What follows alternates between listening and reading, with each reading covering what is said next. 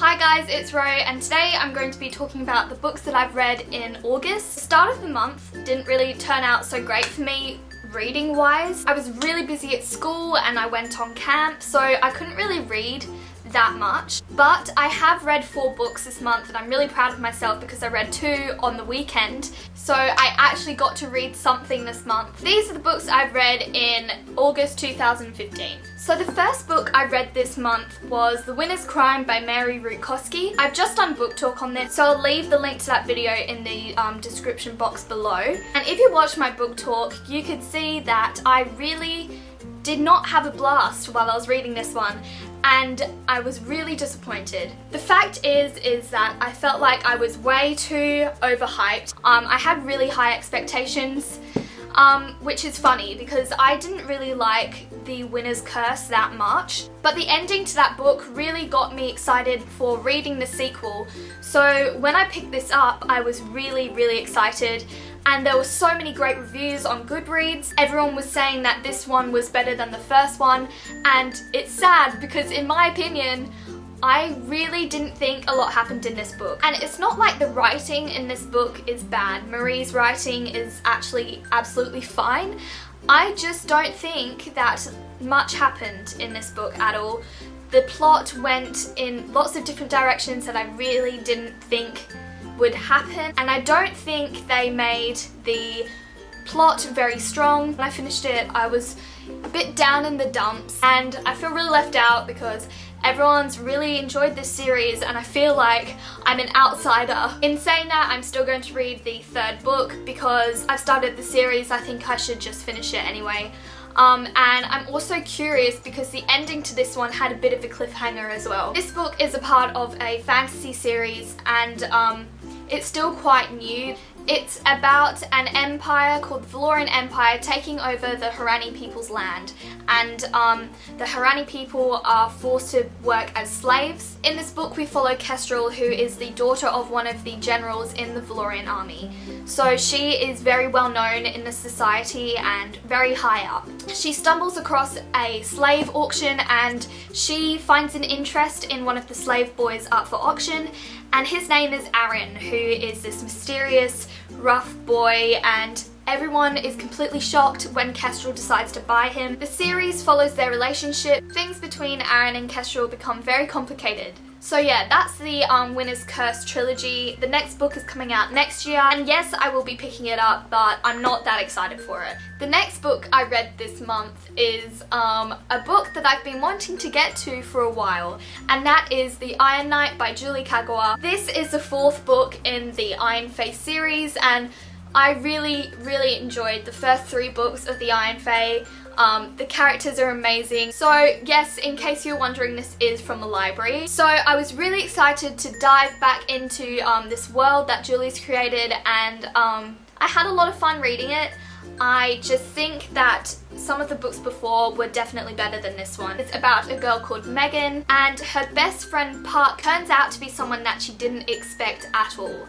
And Puck is actually a fairy. Puck lures Megan into a whole new world, a fairy world, and I love the fairy lands that Julie created in this book. They were so imaginative, and it was really reminiscent of Alice in Wonderland. One of my favourite characters in this series is actually a cat, and his name is Grim, and he is so funny. He cracks me up. So yeah, I was so excited to dive back into this series. The Iron Fae series is a great series, so if you haven't read it yet, please do. It's a really entertaining read and quite light-hearted. So if you're in need of something funny and entertaining, definitely pick this series up. The next book I got from the library is Suspicious by Alexandra Mania. I saw this on Goodreads not too long ago and I added it to my to-read list. So when I saw this in the library, I was really pumped. It's not very long at all, just under 300 pages, so it was really great for me because it was a very quick read. I read it in like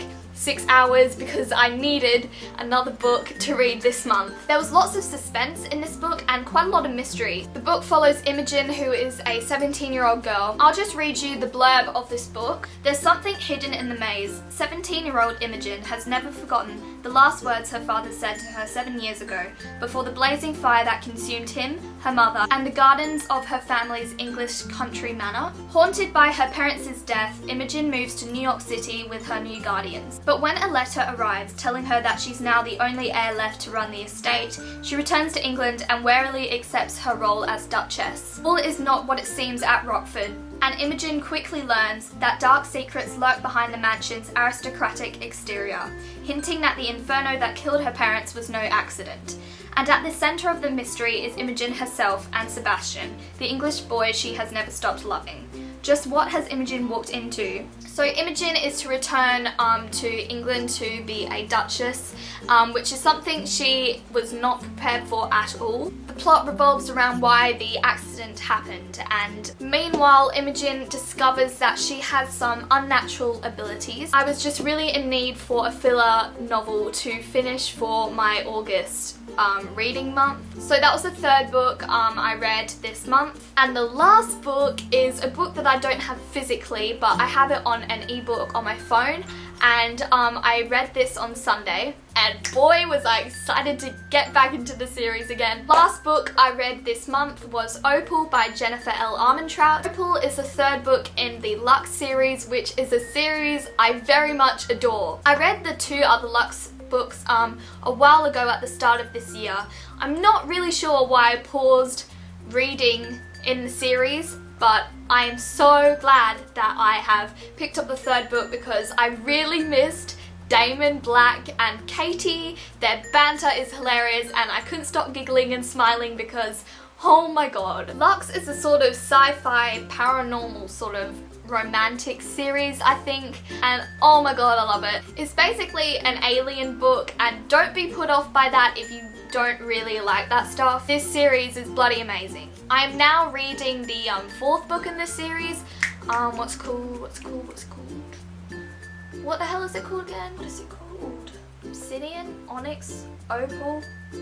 Origin. Yeah, I'm reading Origin now. Apparently this one's really good, so I'm so excited to read it.